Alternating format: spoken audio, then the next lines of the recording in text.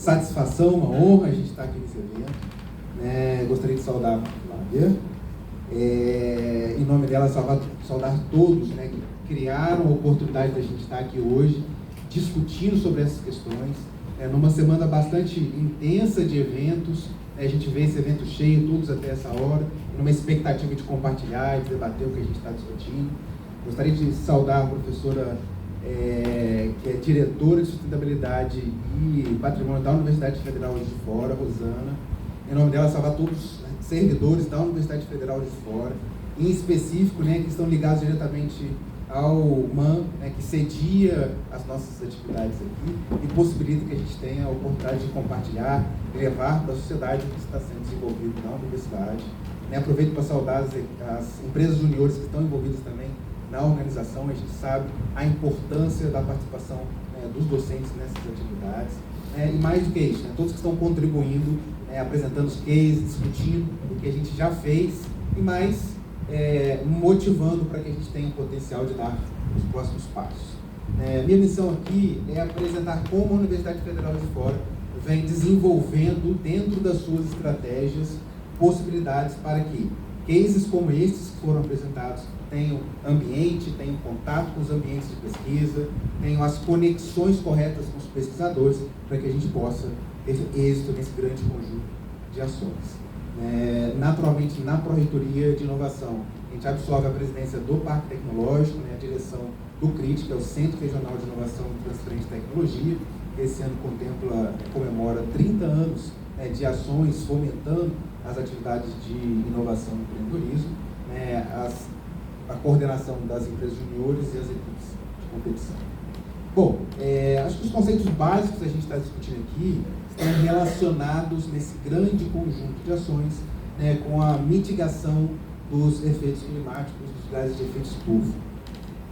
Se a gente olha quais são os grandes emissores, ou talvez quais são as atividades do ser humano que mais emitem gases de efeito estufa, então, dentre elas, né, a indústria, o transporte, a geração e a forma que a gente consome energia.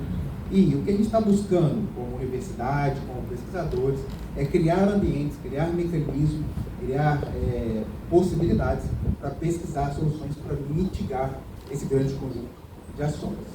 Se a gente olha as formas, a gente percebe que grande parte dessas ações estão ligadas ao nosso cotidiano, estão ligadas às cidades que vão sediar as empresas, que vão efetivamente operacionalizar as questões de transporte. E dentro desses vilões, dentro dessas ações, o transporte tem uma parcela de contribuição bastante significativa.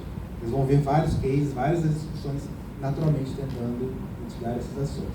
Acho que a Dilson comentou, mas vale destacar nesse gráfico aqui, o diesel, vamos dizer, o diesel fóssil, ele vem de um processo de produção onde você extrai o petróleo, refina e consome um combustível que emite para a atmosfera os gases de efeito estufa. Nada sustentável, nada nessa estrutura capaz de fazer com que você equilibre as questões ambientais. O que a gente está buscando nas discussões dos cases são ações como essa, onde a gente continua com os processos industriais, você continua com as ações de transporte naturalmente, mas você cria mecanismos de circularidade, onde você tem a possibilidade de capturar ou de minimizar os impactos desses gases. Algumas das formas de fazer isso é fazer o uso de biomassa para que essa biomassa possa, fotossíntese, capturar CO2 e a partir daí você utilize essa biomassa para a produção de combustíveis. Isso funciona com etanol, isso funciona com óleo de soja, que vira óleo de cozinha, que vira óleo de cozinha usado, que vira biodiesel, okay? Então esses são os princípios que estão por trás das nossas discussões. Mais do que isso, quando a gente faz isso tudo que eu estou falando e faz uso de resíduos, a gente tem, vamos dizer assim, maiores reduções ainda dos impactos ambientais. Então a gente sai de uma economia linear, onde você explora aquele recurso natural, para uma lógica de uma economia circular, onde você pode reutilizar, você pode reduzir, reciclar o que está sendo desenvolvido, além da questão da circularidade que eu apresentei. Isso pode ser feito com papéis. Na cidade de Fora hoje, ela tem uma vanguarda na ótica de reciclagem de papéis com as suas indústrias, reciclagem do alumínio, do vidro, do aço, né? Temos uma indústria na cidade de Fora hoje capaz de reciclar açucado, transformar em aço. E a nossa discussão aqui hoje, dentro dos cases que a gente está apresentando, é fazer isso também com óleo de cozinha usado. A Universidade Federal de Fora é um agente dentro desse conjunto de ações que permite e cria condições para que essas ações aconteçam. Eu vou citar um pouquinho como.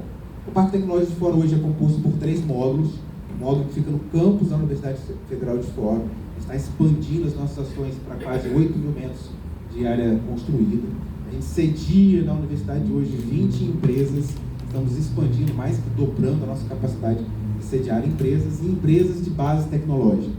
Empresas capazes de desenvolver soluções que vão chegar efetivamente à sociedade através das ações de empreendedorismo e inovação. Só que a gente percebeu que, por mais que o contato com os pesquisadores dos laboratórios fossem eficientes, produtivos, a gente precisava ir além. A gente precisava fazer com que essas ações chegassem efetivamente para a sociedade.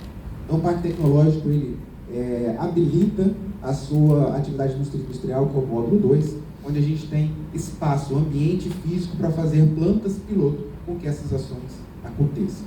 A gente viu que hoje, o Adilson apresentou com mais detalhe a planta piloto capaz de produzir biodiesel. Eu vou citar um grande conjunto de ações que estão acontecendo também. Dando o próximo passo, módulo 3 do Parque Tecnológico, com características, inclusive, industriais. E como que a gente fez para tornar atrativo esses ambientes? Módulo 2, a gente habilita em antecipação o licenciamento ambiental daquela área. Temos um licenciamento ambiental hoje para manipular resíduos e processar recicláveis até 74 toneladas dia. A gente está vendo aqui de case, é um case com capacidade de processamento de 3 toneladas dia. Eu imagino o nosso potencial de receber plantas com essas finalidades. Módulo 3, a gente habilita como distrito industrial classe 6, é o topo da legislação do Brasil, o que permite com que estas plantas piloto hoje que estamos validando os conceitos, elas se tornem efetivamente plantas industriais com capacidade de produção maior ainda, fazendo com que não só as ações da Universidade Federal de Fora, mas a cidade de Fora, o estado de Minas, o nosso país se torne atrativo para esse grande conjunto de ações de sustentabilidade. Acho que eu descrevi, né, os 3 ambientes, um grande conjunto de projetos em parceria da universidade com municípios. Esse projeto ele inicia com uma parceria, como a Adilson descreveu, com o município de Fora, com a Empav, com a interveniência da nossa Fundação de Apoio FATEC. Alguns cases, e acho que esse slide retrata um pouco o que a gente falou. Esse conjunto de ações da Universidade Federal de Fora capaz de atrair novos empreendimentos. Então, além, né, do Instituto Eco, acho que eu não preciso nem escrever aqui hoje, atraímos uma empresa italiana capaz de processar resíduos sólidos urbanos, um lixo convencional, em energia elétrica. Então, um processo de pirólise fechado, que ela transforma aquilo em calor, a partir desse calor transforma isso em energia elétrica. Uma empresa que manifestou interesse em vir para o Brasil, em vir para Minas Gerais, vir para de fora e se estabelecer no Parque Tecnológico. Lembra daquela estratégia que a gente trouxe?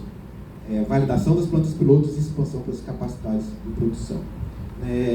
A empresa Greenfields, através do processamento do óleo de cozinha usado para a produção do biodiesel, acho que a gente descreveu isso aqui bastante.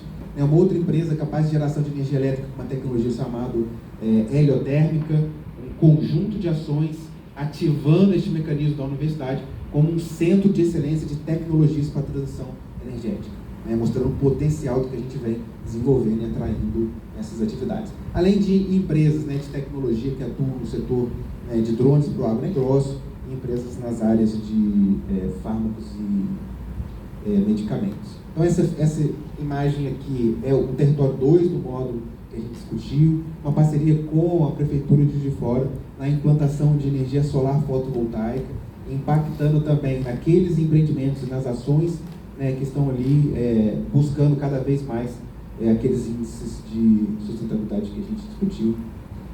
A empresa Vítima, que eu discuti, que eu apresentei, que ela tem um potencial de processar resíduos sólidos urbanos. O projeto que a gente discutiu que hoje olha no futuro, uma parceria com as associações de catadores, o município de Juiz de Fora, a universidade, naturalmente, através do Parque Tecnológico, para viabilizar, de fato, acho que a Flávia explicou bastante claro aqui a importância da logística reversa para fazer com que a gente tenha êxito nas ações que a gente está discutindo aqui. E a gente está ilustrando ali o licenciamento ambiental e o equipamento que a Adilson apresentou.